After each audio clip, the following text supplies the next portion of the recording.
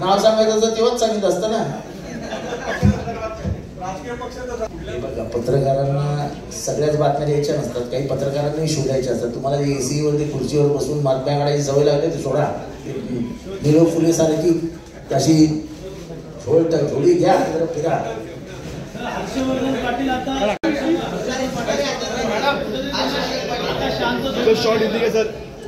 मला काय माहित नाही बाबा. मी आपल्या छोट्या मोठ्या असा आदेश आला दिल्लीवरनं, जितेंद्र आव्हाड प्रेस कॉन्फरन्स घ्या. नंतर मला विक्रांत चव्हाणांचा आदेश आला की आम्हाला दिल्लीवरनं फोन आलेला आहे, प्रेस कॉन्फरन्स घ्या. आता विक्रांत चव्हाणांचा आदेश मानून मी तिथे बसलो. Sir short Hindi sir sir एआयसीसीचा आदेश आला, सर आव्हाडांच्या नेतृत्वाखाली हिंदी नेते ते. हे बघा, 50% जर आरक्षण असेल तर तुम्ही कोणालाही आरक्षण देऊ शकणार नाही. म्हणजे तुम्ही जे मराठा समाजाचं आरक्षण म्हणताय किंवा इतर समाजाचं आरक्षण म्हणताय त्यांना कोणाही आरक्षण देऊ शकत. त्याच्यामध्ये त्याच्यातली जी मेख आहे ती मेख हीच आहे की केंद्राने निर्णय घ्यावा, लोकसभेमध्ये बिल आणावं आणि मर्यादा 75% न्यावी, जेणेकरून तुम्हाला सगळे समाज त्याच्यामध्ये ऍडजस्ट करता येतील. ह्याचं कारण मी का सांगतोय, लोक लगेच ओपन मधले नाराज होतील. तर बिहारमध्ये जातीनिहाय जनगणना झाली आणि बिहार गव्हर्नमेंटनी त्याच्यावरती नजर ठेवली आणि त्याच्यातनं पुढे आलं काय, तर बिहार मधला 85% माणूस हा SC ST OBC का आहे. म्हणजे बहुजन प्रवर्गातली लोक ही 85% आहेत आणि रिझर्वेशन 50% आहे. हे बोलायला लोक घाबरतात. पण महाराष्ट्रामध्ये देखील जातीनिहाय जनगणना केली तर कमीत कमी 75% लोकसंख्या ही बहुजनांची असेल. आणि त्याच्यासाठी माननीय साहेबांनी ते काय बोललेत मला माहित नाही, पण हे माझं स्वतःचं मत आहे की आरक्षणाचा हा तिढा जो दरवेळेस निर्माण करून ठेवला जातो तो तोडायचा असेल तो मोदी साहेबांनी उद्या ठाण्याच्या सभेमध्ये जाहीर करावं की आम्ही लोकसभेमध्ये बिल आणून आरक्षणाची मर्यादा वाढवतो. नशीब अजून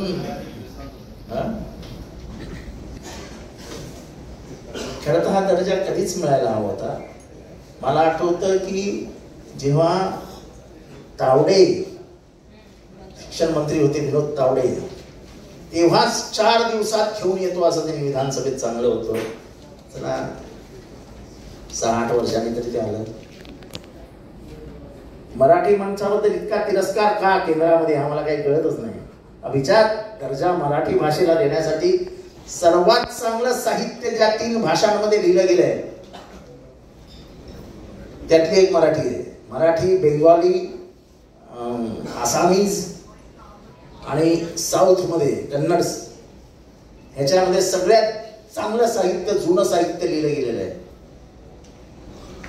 मराठीला अभिजात भाषेचा दर्जा हा तेव्हाच द्यायला पाहिजे होता.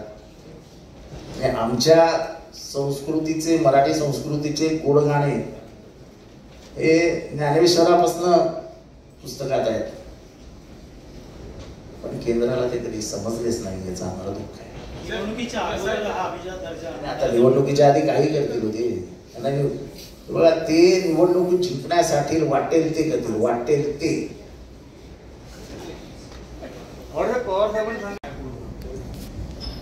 त्यांच्याबद्दल मला काही बोलायचं नाही. ते सन्माननीय नेते आहेत.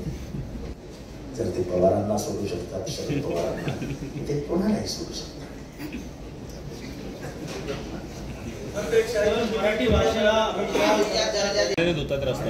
पाण्याने धुतात रस्ता.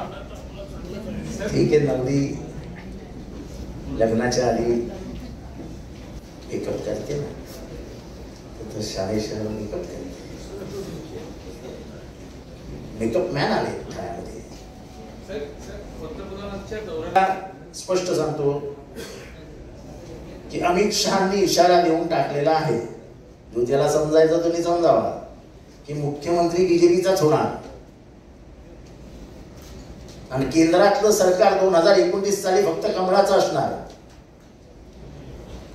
मी त्यांचा इतिहासही सांगतो की त्यांनी ज्यांच्या बरोबर युती केली त्यांना त्यांनी संपून टाकलं. ओरिसामध्ये बिजू पटनायकचा मुलगा नवीन पटनायक संपून टाकला. तेलंगणामध्ये केसीआर संपून टाकला. आंध्रमध्ये वायएसआर संपून टाकला. हरियाणामध्ये चौताला संपून टाकला. ते ज्यांच्या पंजाबमध्ये बादल संपून टाकले. एकेकाळी काश्मीरमध्ये महबूबा मुफ्तीच्या गळ्यात हार टाकला होता, संपून टाकलं. महाराष्ट्रात मला माहित नाही, मी काय भविष्य करता नाही आहे. महाराष्ट्रात अजून एक परिस्थिती तशीच आहे की अजित पवारनी वक्तव्य केले की 80-85 जागा जर मिळाल्या नाही. तुम्ही आदिवासींचं प्रतिनिधित्व करताय. लवकरच मंत्रालय 4 आदिवासींनी उड्या मारल्यात खाली. आदिवासींची काय काळजी नाही. 5 दिवस झाले मुख्यमंत्री भेटूच शकले नाही. गरिबांची काही किंमत नाही महाराष्ट्रात. आता ते झाडाने अंबाने आले असते तर सगळे दौडे सोडून सगळे तिथे पोहोचले असते. आता पुढच्या महाराष्ट्राच्या सगळ्या लोकांनी एक प्रार्थना करा की जन्माला आलो तर अडाणीच्या कुत्र्याच्या पोटी जरी ते जन्माला येऊ, कुठे गरिबाच्या झोपेत नको. म्हणजे अडाणीच्या घरातले एखादं पोपट, एखादा हत्ती, एखादी बकरी, एखादं हरण, एखादं कुत्रा, ससा असं म्हणून जन्माला आलं तरी सुखाचं जीवन जगू. 200 एकरचा परिसर, खायला अमेरिकेतनं, ऑस्ट्रेलियातनं, न्यूझीलंड मधनं फळं जे आपल्याला दिसतही नाहीत ते. तुम्ही जास्त काळजी करू नका. आपण सापटू अडाणी साहेबांना. पूर्वी आता शिवाजी महाराजांचे पुतळे उभारण्याचा सपाटा राज्य सरकारकडून लावलाय. मीराबाईंकडून, कोल्हापूर, नाशिक सगळीकडे शिवाजी महाराजांचे पुतळे उभारायला सुरुवात केली. उनसे नहीं और से नहीं. असं आहे, असाच काही गडबडी तो मालवणचा पुतळा होता. मालवणच्या पुतळ्याचा हात बघितलाय का तुम्ही? मालवणच्या पुतळ्याचा हात बघा आणि तुम्हाला नाही त्या पुतळ्याची कीव आली तर मी काही आहे. मला त्याच्यावर टीका करायची नाही, कारण त्या महाराजांचा पुतळा आहे. महाराष्ट्राचे आन बान शान असलेल्या शिवाजी महाराजांच्या पुतळ्यावरती टीका करण्याचा मला अधिकार नाही. पण जेव्हा मी त्यांचा प्रेमिक म्हणून बघतो तो पुतळा, तेव्हा त्यांचा हात कसा पाहिजे, त्यांचे बाहू कसे पाहिजे, त्यांचं मनगट कसं पाहिजे हे आपण इमॅजिन करतो. ते स्वप्नवरात आपल्या समोर असतात. तुम्ही अजूनही पडलेला पुतळ्याचा फोटो येते बघा जरा. हात कसा आहे, असा सरळ हात आहे. हाताला असा बेंड पण नाही, असा सरळ हात. असा सरळ हात कुठल्या पुतळ्यात असतो? हा जेव्हा पहिल्यांदा पुतळ्याचा फोटो मी बघितला तेव्हा बोललो हा पुतळा बनवणारा माणूस हा रॉ आहे. रॉ ज्याने एकही पुतळा बनवला नाही, ज्यांनी साधा स्कल्पचर बनवलं नाही, त्याला डायरेक्ट तुम्ही शिवाजी महाराजांचा उंच पुतळा बनवण्याचं काम देता आणि ते काही वेळातच पूर्ण कर. मी शिवाजी महाराजांचा पुतळा बनवला, कळलं? त्याच्यामागे किती मेहनत आहे, त्याच्यामागे काय काय आहे, तो बसवताना 4 दिवस लागले. या सरकारमध्ये राजीव गांधींचा पुतळा महानगरपालिकेने हलवला. नंतर तो लावण्यासाठी मंजुरीही दिली. आज राजीव गांधींचा पुतळा बनवून तयार पण आहे. आता राजीव गांधी माणूस गेला, या देशासाठी बलिदान देऊन गेला. हे टीव्ही, हे मोबाईल, हे कॉम्प्युटर्स, हे ऑनलाईन, हे सगळं सगळं सगळं गिफ्ट बाय राजीव गांधी. आता त्याच्या पुतळ्याला मान्यता द्यायला पाहिजे की नको? ती काय नवीन नाही आहे ना. सगळं झालंय पण मंत्रालयात फाईल गेली आहे, सही करायला तयार नाही. मी मंत्र्यांचं नाव घेणार नाही. मंत्री सांगतात मुख्यमंत्र्यांचा जिल्हा आहे, मुख्यमंत्र्यांना विचारावं लागेल. माझा पुतळा उभारत नाही ना तुम्ही राजीव गांधींचा पुतळा उभारता. इतिहास तुम्ही असं चुकवून लपवू शकत नाही. तुम्ही कितीही प्रयत्न केला तर राजीव गांधींना लोक विसरणार नाहीत. आणि त्याच भूमिकेमुळे या देशात तुमच्याबरोबर नाराजी निर्माण झाली. तुम्ही नेहरूंवर टीका करणार, तुम्ही गांधींवर टीका करणार, तुम्ही इंदिरा गांधींवर टीका करणार, तुम्ही राजीव गांधींवर टीका करणार. तुमच्या कार्यकर्तृत्वात तुम्ही काय उभं केले सांगा. या महाराष्ट्रामध्ये या देशावरती झालेलं कर्ज, याच्यात तुमचं कर्तृत्व आहे का काही? तुमच्या निष्काळजीपणाने, तुमच्या भ्रष्टाचारामुळे असंच जर 240 जणांचं ताकदवान विरोधी पक्ष असता तर राफेलची चौकशी लागली असती आणि त्याच्यात आंतरराष्ट्रीय स्तरावर झालेला सर्वात मोठा घोटाळा बाहेर पडला असता. पण तेव्हा कोणाची चालतच नव्हती.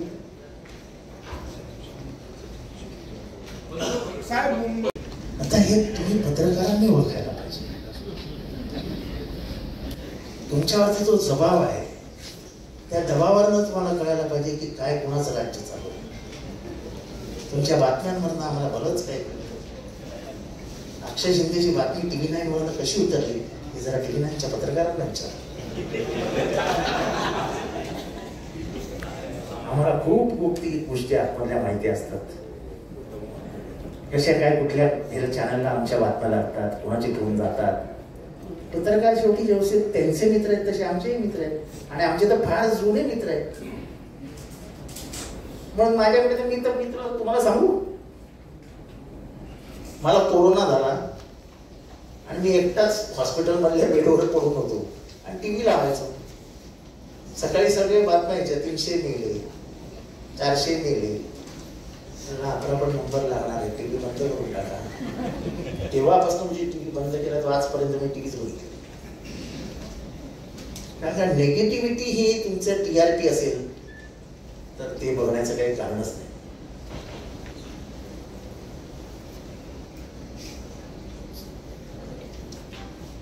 वृत्तपत्रामधल्या बातम्या कशा दाबल्या जातात हे काय आपल्याला दिसत नाही.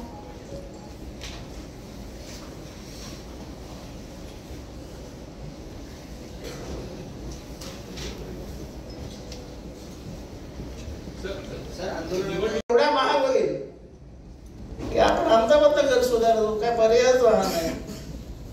जे गुजराती आमच्याकडे यायचे घर सोडायला, आणि ते पण आमच्याकडे नाही, ठाण्यात नाही यायचे, ठाण्यात कमी यायचे टेंबेनामध्ये, पण Pedder road, Malabar hill, Nepean Sea road, अशा मोठ्या मोठ्या रोडवरती गुजराती लोक यायचे राहायला. ज्या गिरगावमध्ये एकेकाळी 90% मराठी माणूस राहत होता, आज तिथे 13% मराठी माणूस आहे. तुम्हाला आता वडापावही खायला मिळणार नाही.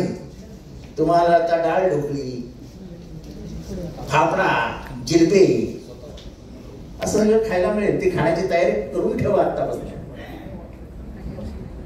ज्या मराठी संस्कृतीचा अभिमान होता आपल्याला, अण्णाभाऊ साठे, प्रल्हाद केशव आत्रे या सगळ्यांनी केलेली सांस्कृतिक चळवळ, संयुक्त महाराष्ट्राची चळवळ आणि नंतर महाराष्ट्रामध्ये मराठी माणसाचा निर्माण झालेला दबदबा या सरकारमुळे खाली उतरलाय.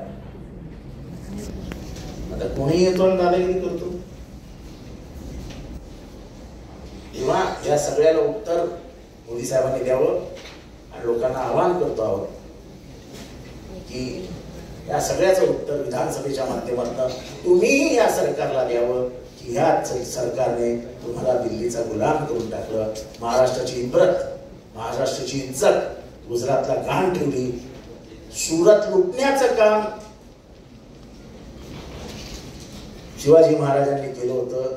आणि मी अधिकारवाणीने बोलतोय, सुरत लुटलं होतं. याचं कारण होतं की सुरतेची लढाई होण्याच्या आधी, म्हणजे सुरतेवरती लुटीला जाण्याच्या आधी जंजिऱ्याला शिवाजी महाराजांची लढाई चालू होती. सुरत हे अतिशय श्रीमंत प्रदेश होता आणि तिथे कमी पडत असलेल्या मोगल सैन्याला जी आर्थिक तजवीज करायची होती ती सुरतेत न गेली. आणि हे जेव्हा महाराजांना समजलं त्यांनी जंजिऱ्याची लढाई जिंकली, पण त्यांनी आल्यानंतर त्यांचे जे खास खबरी होते त्यांना गुजरातला पाठवलं. सुरतेला सगळ्या घरांच्या नोंदी घेतल्या, किती पैसे कोणाच्या घरात आहेत. त्यांनी पत्र लिहिलं तिथल्या इनायत खान नावाच्या सरदाराला. त्या इनायत खाननी सांगितलं की मी सरेंडर होतो. तो सरेंडर झाला नाही. त्यांनी खोटं नाटक केलं. त्यांनी शिवाजी महाराजांवरती हल्ला करण्याचा प्रयत्न केला. त्याच्या आजूबाजूला असलेल्या 20 जणांचे हात कापले शिवाजी महाराजांच्या सैन्याने आणि शिवाजी महाराज सुरतेमध्ये घुसले. पण शिवाजी महाराज मनाने किती प्रेमळ होते. तिथे एका ख्रिश्चन फादरवरती, त्याचं घर सुंदर होतं, त्याच्या घरात प्रचंड पैसा होता असं सांगण्यात आलं होतं. पण शिवाजी महाराजांना हेही सांगितलं गेलं की हा अतिशय दानशूर आहे. शिवाजी महाराजांनी ते घर लुटलं नाही. एक गिरजी शहा नावाचा गुजराती व्यापारी होता. असं म्हणतात की जसे अडाणी साहेब आपले पंतप्रधान ठरवतात ना, तसं तो गिरजी शहा दिल्लीचा सुलतान कोण बनणार हे ठरवायचा. गिरजी शहा त्याकडे गुजरात मधून, म्हणजे औरंगजेबला सुलतान बनवण्यात सर्वात मोठा हात हा गिरजी शहाचा होता. पण तो गिरजी शहा मनाने खूप चांगला होता आणि नुकताच तो वारला होता. त्याच्याबद्दल महाराजांनी माहिती घेतली तर तो नडलेल्या आणलेल्या सगळ्या माणसांना मदत करत राहायचा. शिवाजी महाराजांच्या मी निरोप पाठवला त्याच्या विधवा पत्नीला की तुझ्या घराला हात सुद्धा राहणार. तर बाकी सगळे जेवढे व्यापारी होते त्यावेळेस त्याला वखारी म्हणायच्या. त्या वखारीचे मालक शिवाजी महाराजांच्या पायाशी आले आणि आपली धन दौलत शिवाजी महाराजांच्या पायावर ठेवली. होय, आम्ही अधिकाराने सांगतो, अधिकाऱ्याने म्हणतो की शिवाजी महाराजांनी सुरत लुटली.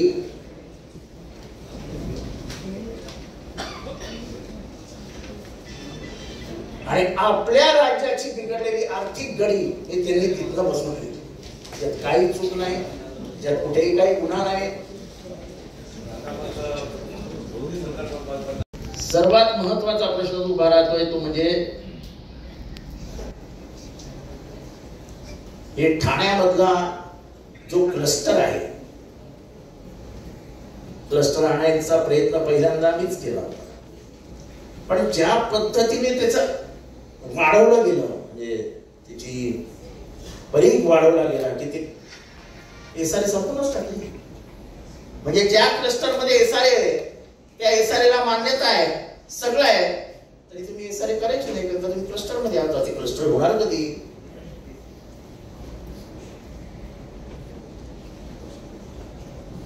मुख्यमंत्र्यांची आवडती योजना क्लस्टर आहे, मला मान्य आहे. तेही मेहनत करतात, तेही मला मान्य आहे. पण अहो, माझ्या नातवाच्या पोराला मिळालं तरी नशीब येत नसतं.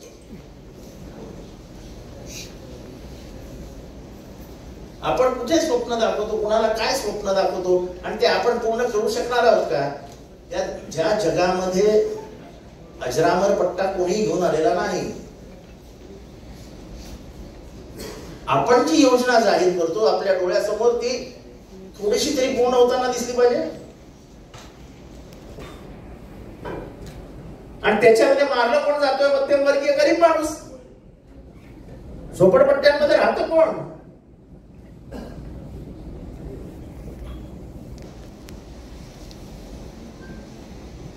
तेव्हा या सरकारने, केंद्र सरकारने महाराष्ट्रावरती जबरदस्त अन्याय केलाय. छत्रपती शिवरायांचा पुतळा तुटणं ही शोकांतिका आहे.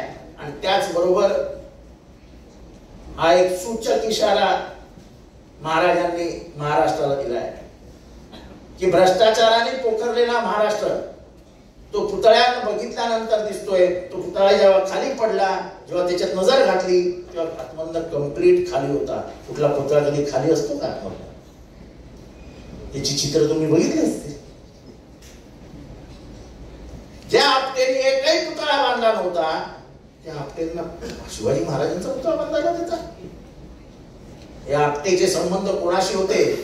खरा आरोपी तो आहे, आपटे नाही. आपटे उदयनमुख खेळाडू होता. त्याची माहितीशी संबंध असतील कोणाशी तरी, कोणतरी ओळखीचा असेल. सांस्कृतिक भाग ते काय म्हणतात ना, विभागामध्ये त्याची कुठेतरी छोटी मोठी ओळख असू शकते. आणि पण तुम्ही काय करताय? जरा पुतळे बघा महाराष्ट्रातले. 100 वर्ष जुने झालेले पुतळे आहेत महाराष्ट्रामध्ये. शिवाजी महाराजांचा जो पहिला पुतळा आहे जो छत्रपती शाहूंनी बांधला, बघा तो पुतळा अजून जाऊन अजून ते म्हणजे खर्चटलं सुद्धा नाही.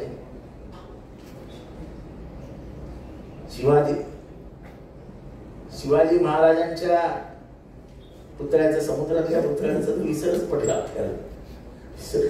बेस्ट आहे, विषयच काढायचा भूल जाओ. हिंदू मुलीच्या इथे डॉक्टर आंबेडकर भूल जाओ, गप्पाच मारायचे, चर्चाच नाही. भेटीला गेलो होतो, याला गेलो होतो, काय नाही, गप्प बसून राहिले, बोलूच नका. त्यांना काय वाटतं की मध्यम वर्गीय माणसाची मेमरी फार शॉर्ट आहे, तो जास्त लक्षात ठेवत नाही. आणि त्याच्यामुळे निवडणुकीच्या अगोदर अशी भरती करायची, मग अशा योजना आणायच्या आणि त्याला असं जादूगारासारखं त्याला हिप्नोटाईज करून टाकायचं. आमच्या बहिणींचा वाढलेला खर्च आणि तुम्ही दिलेले 1,500 याचा ताळमेळही जमत नाही. पण तुम्ही 1,500 ज्या महिलांना दिल्या त्याच्या बाहेर ज्या बहिणी आहेत त्यांचं तुम्ही काय करणार? त्यांना जो महागाईचा त्रास होतोय, त्यांच्या घरात ज्या चुली पेटत नाही आहेत, त्यांच्या नवऱ्यांच्या ज्या नोकऱ्या जात आहेत, त्यांच्या मुलांना ज्या नोकऱ्या मिळत नाहीत, त्यांनी घरसंसार कसं चालवायचं? हे सरकार संवेदनशीलता विसरलेलं आहे. हे सरकार फक्त सत्ता हपापल्यासारखं करत आहे, सत्ता पिसाट हे सरकार आहे. त्यामुळे येणाऱ्या विधानसभेच्या निवडणुकीमध्ये माननीय म्हणजे आज येणाऱ्या मोदी साहेबांनी या सगळ्या प्रश्नांची उत्तरं आम्हाला द्यावीत.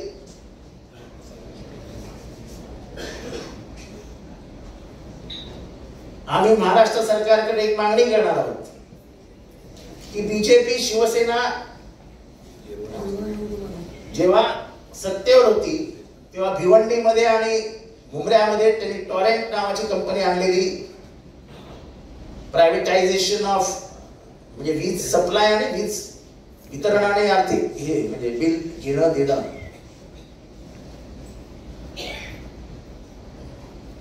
त्यांनी सगळे मीटर्स बदलले. आमदार म्हणून त्यांना मी सांगत होतो मीटर्स बदलू नका, पण त्यांनी रातोरात मीटर्स बदलून आज त्या मीटर्समुळे मुंबऱ्यामध्ये, कळव्यामध्ये आणि भिवंडीमध्ये फटका बसतोय. हे बीजेपी आणि शिवसेनेचं फळ आहे, त्यांच्यामुळे घडलंय. आणि त्याच कंपनीचे मित्र कोण आहेत हे सगळ्यांना माहिती आहे. आम्ही जर सत्तेत आलो तर त्यांचा जो बिलिंग पॅटर्न आहे, त्यांचे जे बॉक्सेस लागलेले आहेत त्याचं पहिल्या 3 महिन्यात ऑडिट करून त्याचं रिस्ट्रक्चरिंग करू आणि रिस्ट्रक्चरिंग करून लोकांना परवडेल असं बिल आम्ही देऊ. हे आम्ही महाराष्ट्रातल्या जिथे जिथे प्रायव्हेटायझेशन आहे त्या सगळ्यांना आश्वासित करत आहोत. त्याचबरोबर जे लोक एमएससीबी वापरत आहेत, एमएससीबीची वीज येते, एमएससीबीची वीज किती महाग झाली आपली कल्पना आहे त्यांची आपल्याला? मागच्या वर्षभरात किती महाग झाली वीज? म्हणजे गुजरात मध्ये बिल जर 1 रुपयाला मिळत असेल तर महाराष्ट्र विमानतळाला दिबा पाटलांचं नाव द्या आहे आम्ही आग्रहाने म्हणत होतो, त्याला उशीर का करतायत?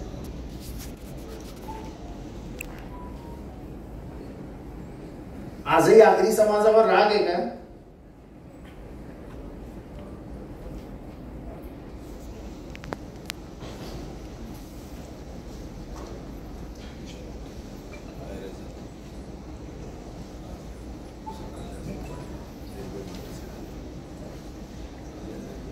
खर तर ठाणे आणि पालघर हे 2 जिल्हे यांना जोडण्याची नितांत आवश्यकता आहे. ती रेल्वे मार्गाने जोडा, ती हायवेने जोडा, त्याला कॉरिडॉर करा.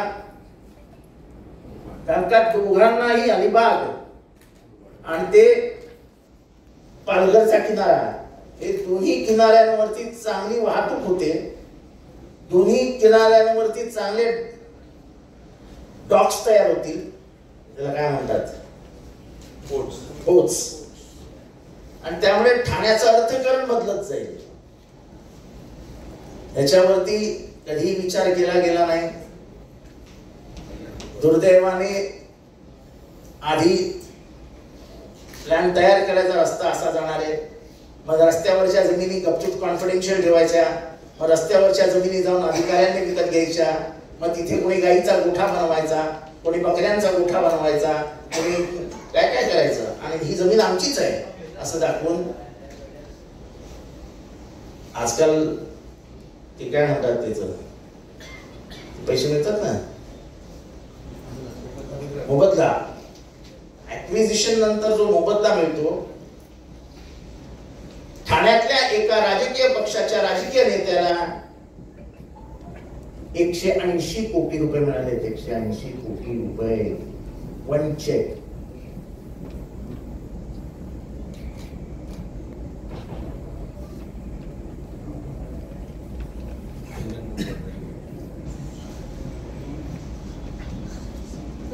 पालिका बरखास्त झाल्या. त्या आजपर्यंत काही महानगरपालिका, एकही महानगरपालिकेची निवडणूक झाली नाही.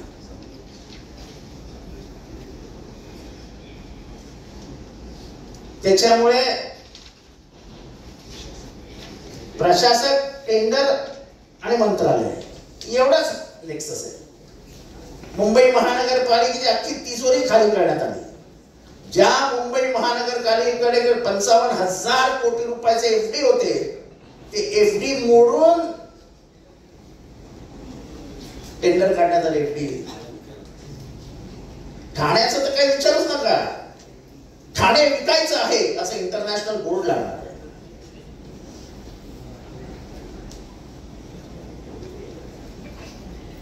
म्हणजे आपल्या इथे मॉडिफिकेशन हे ज्या पद्धतीने चालू आहे, रेमंड्स मधलं मॉडिफिकेशन, मला आश्चर्य वाटलं. पहिल्यांदा ठाण्यातले नागरिक जागी झाले. रेमंड मधील सर्व रहिवाशांनी त्या मॉडिफिकेशनला विरोध केलाय. होणार काही नाही. सत्तेपुढे शहाणपण. ते बिचारे फक्त रस्त्यावर येतील, ओरडतील, घरी जातील, गप्प बसतील. मॉडिफिकेशन होऊन जाईल. 37 जे काय असेल ते काट. ते सर्वात धोकादायक बाब ही आहे की त्यात त्यांनी बागेचं पण रिझर्वेशन बदलून टाकलं. 8 एकरची बाग आणि साधारण रेक्रिएशन ग्राउंड, गार्डन, हे जर रिझर्वेशन बिल्डिंगमध्ये करू नका. एक असा साधारण विलासराव देशमुख यांच्या 2000 सालच्या याच्यामध्ये ठरलं होतं की म्हणजे गाईडलाईन्स देऊन ठेवलेलं की गार्डन पण तरी वाचवूया. पण आपल्याला ठाण्यामध्ये कॉन्क्रीटचं जंगल तयार करायचं आहे, त्याच्यामध्येच पैसा आहे. आणि म्हणून मग कुठल्या तरी राजकीय पक्षाला तिथे ऑफिस बांधून मिळतं रेमंडच्या आवारामध्ये, आणि तेही भलं मोठं 1,00,000 स्क्वेअर फीटचं. बरं असतं बाबा. सत्तेचा असाही वापर होता की काँग्रेसवाल्यांना जरा पचायला अवघड आहे. आम्ही जर सत्तेत आलो तर नक्की त्यांची शिकवणी घेऊ की कसं करायचं ते सांगा. त्यांना मोकळे असतील ट्युशन द्यायला. नंतर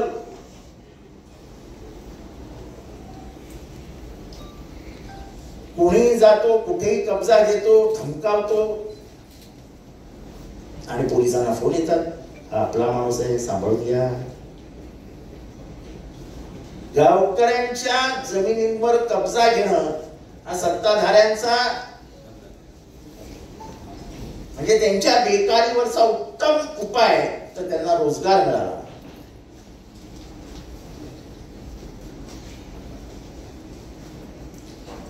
ठाण्यामध्ये महिलांच्या गुन्ह्यांमधील संख्येची दिवसेंदिवस वाढ होत आहे. दुर्दैव इतकंच आहे की मुख्यमंत्री ठाण्यातले आहेत आणि मुख्यमंत्र्यांच्या लाडक्या बहिणी यांच्यावरच अत्याचार होते. हे महाराष्ट्र अर्थव्यवस्थेमध्ये 1 नंबरवर होता. हे आता मला इतिहास असा होता असं सांगावं लागतं. पण महाराष्ट्र हा औद्योगिक क्षेत्रात अनेक वर्ष 1 नंबर होता. तो आता खाली घसरत 7व्या 8व्या क्रमांकावर गेला. चाकणला तुम्हाला माहिती आहे ना, सर्वात जास्त इम्पोर्टेड व्हेकल्स बनवण्याचं कारखाने जर कुठे असतील तर ते चाकण. आणि कोणी काही म्हणो, ही सगळी मेहनत माननीय शरदचंद्र पवारांची होती. तिथे मर्सिडीज आहे, तिथे स्कोडा आहे, मोठ्या मोठ्या कंपन्या आहेत तिथे, BMW आहे, फोक्सवॅगन आहे. एकंदरीत तिथली आर्थिक परिस्थितीच बदलली. पण लेबरमुळे होणारा गुन्हेगारीकरण, त्याच्यानंतर होणारे शूटआउट्स, इथल्या स्क्रॅपवरनं राजकीय पुढाऱ्यांच्या ओढणारं दडपण, त्या रस्त्यांवर असलेले खड्डे, कुठेही नसलेली पाण्याची सोय, हे सगळ्याला कंटाळून आज त्या MIDCतल्या अनेक कारखान्यांनी स्थलांतरित व्हायचा निर्णय घेतलेला आहे. हे खापर तुम्ही कुणाच्याही माथ्यावर फोडू शकत नाही. MIDC is a separate entity. MIDC स्वतःचे रोड बनवते, रस्ते बनवते, गटार बनवते, सगळं बनवते. जर MIDCला तिथं एवढं उत्पन्न येत होतं तर MIDCने चाकणकडे दुर्लक्ष का केलं? आज तिथल्या जर कंपन्या गेल्या तर चाकणच्या परिसरातील अर्थव्यवस्था ही कम्प्लीट कोलॅप्स होईल. कामावर जातात, काही ठिकाणी छोटे छोटे पार्ट्स बनवायचे ॲन्सिलरी युनिट्स बाहेर येतात, त्याच्यातनं काही कारखानदार निर्माण होतात, ते त्या कंपनीला सप्लाय करतात, त्याच्यातनं अर्थव्यवस्था व्यवस्थित पुढे जात असते. काही नाही, सगळं ठप्पवर आलेलं आहे. आणि अनेक कंपन्या आता जय जय जय महाराष्ट्र माझा असं म्हणत निघाले. टाटा एअरबस, बल्क ड्रग, हे सगळे वेदांता, फॉक्सकॉन, कसं काय काय काय कसे जाऊन निघत तुम्ही? दिल्लीच्या तख्तासमोर उभ्या राहिलेल्या शिवाजी महाराजांचं नाव घ्यायचं आणि दिल्लीच्या तख्तासमोर मुजरा करायचा, ही तुमची सवय झाली आहे. दिल्लीच्या तख्तासमोर मुजरा करणाऱ्या या सरकारची लाज वाटते मराठी माणसाला. कोणी असो राज्य करता, यशवंतराव चव्हाण असोत, वसंतराव नाईक असोत, वसंतदादा पाटील असोत, अंतुले असोत, त्यांनी दिल्लीच्या बुर्जाला धक्केच दिले. ते तर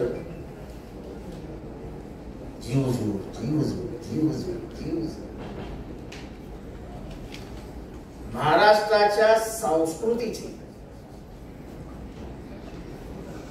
दिन पेरा वाजवण्याचं काम या सरकारमधल्या सगळ्यांनी केलं. या पद्धतीने ते दिल्लीच्या तख्तासमोर झुकत आहेत. ही महाराष्ट्राचं काम नाही.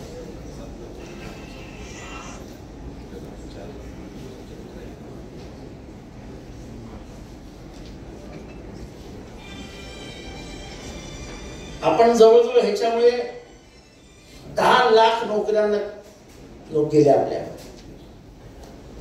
आणि 7 लाख कोटी रुपये आपले पाण्यात गेले. हे आपण सर्वसामान्यांना समजूच शकत नाही. त्यांच्या समोर अशा काहीतरी फसव्या हिरोगिरी करणाऱ्या न्यूज घेऊन जायच्या, कुणातरी खोट्या गोळीबारात मारायचं आणि मग एका मंत्र्याच्या हातात पिस्तूल, जणू काय तोच मारायला गेला होता. अरे पण एखाद्या मंत्र्याच्या हातात पिस्तूल दाखवणं हे किती चुकीचं आहे अंडर लॉ. तुम्ही असं रस्त्यावरती उभं राहून पिस्तूल फ्लॅश करू शकत नाही. It is ban under the law. म्हणजे सरकारमधल्या प्रत्येकाला पॉलिटिकल हिरो, म्हणजे ज्याला रॉबिन हुड इमेज म्हणतात, ती रॉबिन हुड इमेज करण्याची इतकं मनावर घेतलंय त्यांनी की तिघांमध्ये स्पर्धा लागली. पॉलिटिकल हिरो कोणी व्हा, राजकीय संस्कृती विसरू नका. महाराष्ट्राला एक यशवंतराव चव्हाणांची राजकीय संस्कृती होती, त्याचं वाटोळं झालं. इकॉनॉमिकल ट्रिलियन काय ट्रिलियन US डॉलर मला समजत नाही ट्रिलियन मिलियन वगैरे मी कच्चा विद्यार्थी आणि कर्ज फेडा कर्ज महाराष्ट्राला याच्या पुढे कर्ज देता येणार नाहीये महाराष्ट्राचा GDP इतका घसरलाय की महाराष्ट्रातलं कुठल्याही बँक कुठलीही आर्थिक संस्था ही महाराष्ट्राला कर्जच देणार नाहीये म्हणजे पूर्वी महाराष्ट्र कर्जावर तरी जिवंत राहायचा आता कर्जावरही जिवंत राहू शकणार नाही अशी परिस्थिती आणून ठेवली तुम्ही महाराष्ट्रावर हे महाराष्ट्राचं आर्थिक तिजोरी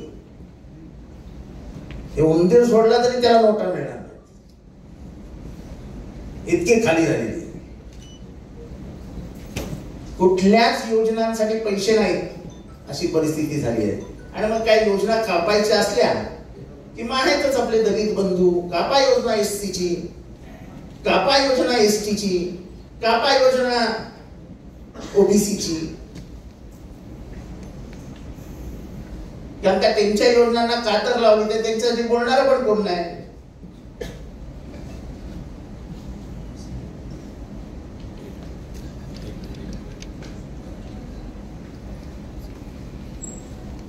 तुम्हाला आठवत असेल की यांनी 2019 साली सांगितलं होतं की आम्ही 1 कोटी नोकऱ्या निर्माण करू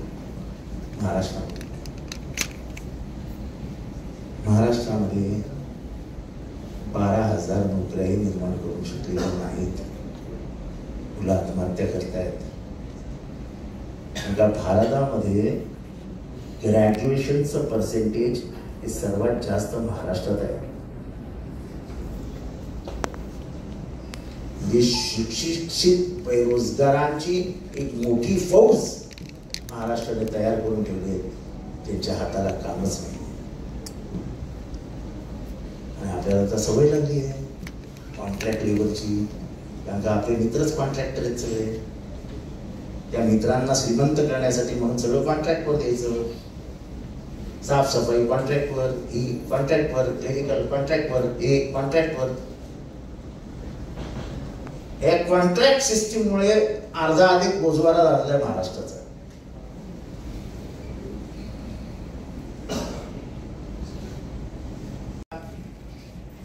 हा भ्रष्टाचाराचा म्हणजे सर्वात उंच उच्चांक गाठला हिमालयाच्या वरती गेले भ्रष्टाचारात तो सुद्धा आपटे कसा पकडला गेला त्या घराच्या दरवाजासमोर पोहे खायला चहा पोहे बनवले ते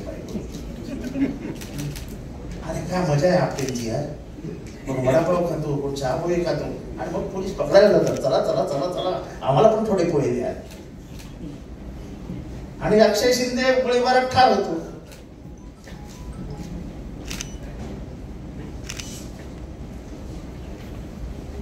प्रश्न नंबर 1 मी तुम्हाला विचारतोच या सगळ्यामुळे महाराष्ट्राच्या उज्ज्वल परंपरेला धक्का बसलाय मोदीजींची याच्यावरची भूमिका काय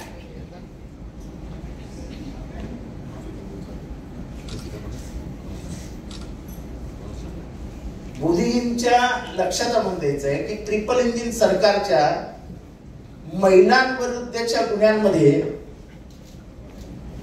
म्हणजे उदाहरणार्थ दररोज 22 बलात्कार या सुसंस्कृत धर्मनिरपेक्ष महाराष्ट्रात होत आहेत या जिजाऊच्या लेकींचे जे काय हाल महाराष्ट्रात चालू आहेत त्याची जबाबदारी मोदी साहेब घेणार का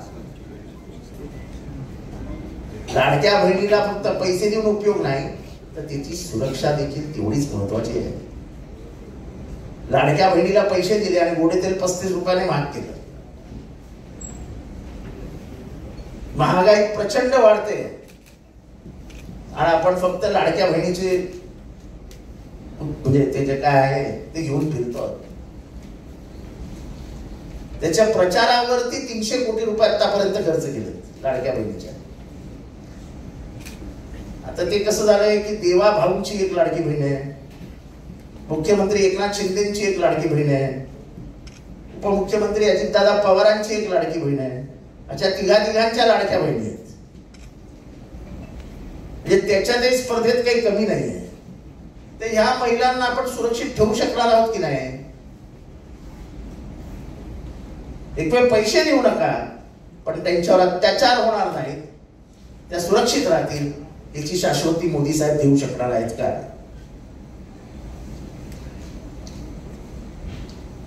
चौदा साली यांचं सरकारला 2-2.5 वर्षासाठी आम्ही होतो, त्याच्यातले 2 वर्ष कोरोनामध्ये गेली.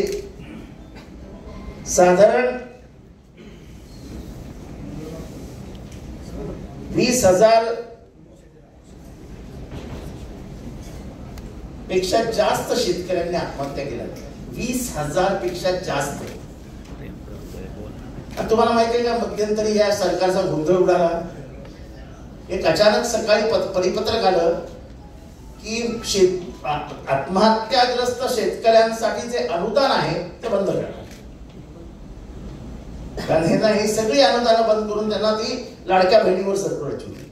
पण बोंबाबोंब झाल्यावर नाही शब्दच चुकले. अरे सरकारच्या परिपत्रकातले शब्द चुकतात आणि महत्वाच्या निर्णयावरून चुकतात की आत्महत्याग्रस्त शेतकऱ्यांचे पैसे आम्ही बंद करणार. एवढा मोठा निर्णय रद्द करतात आणि आमचा शब्द चूक झाली. आणि कबूल करा ना की आमच्या पैसेच नाही आहेत.